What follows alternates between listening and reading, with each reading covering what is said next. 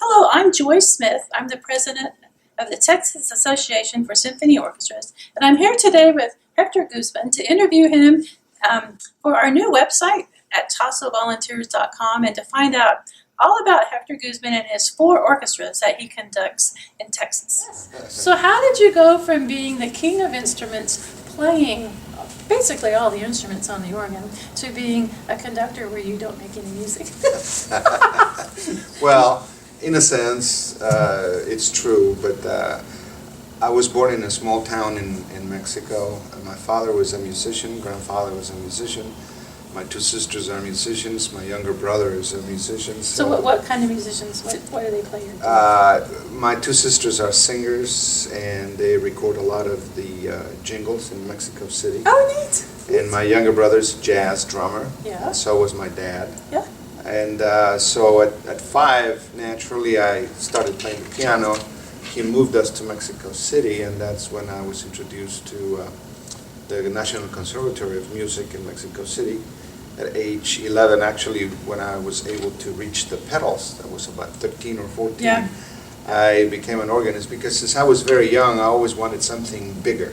Mm-hmm. A sound that was bigger, and I didn't know what it was. So I started with the piano, that was not big enough. Then the organ, Yeah.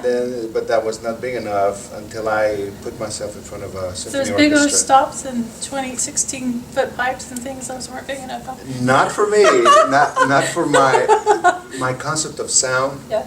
And so at age 17, I was able to, for the first time, conduct a symphony orchestra and a chorus, Mozart's Requiem. Wow, that was your first? That was my first piece, What a 17 piece. years old. And How did that happen?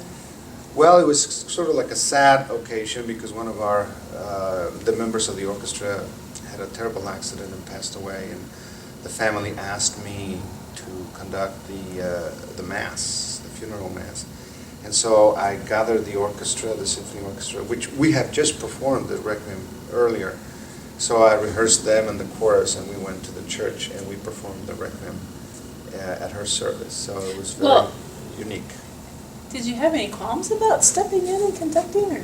No, because as I said, I was looking for that, and it just happened, and I had the honor of being asked to do it, and I felt like a fish in the water. Yeah. It felt natural to me to get the baton, and then just, of course, I had no idea, no technique, whatever, but I did it, and I said to myself, that's it. That's what you want. That's what I want. Well, that's exciting. When I've held a baton in my conducting class, I did not feel like a fish out of water. Well, how did you progress then from there to coming? But you came to SMU as an organ major. As an organ major, correct. Well, my father, again, encouraged me to apply for a scholarship in the U.S. And of course, that was not my first choice. I wanted to go to Europe. Yeah. France, Germany, You play all Italy. these wonderful organs. Yes, and wonderful teachers, but I received no support. But then when I applied for several universities in the States, I got complete support. I came, auditioned, and I got a full scholarship at SMU.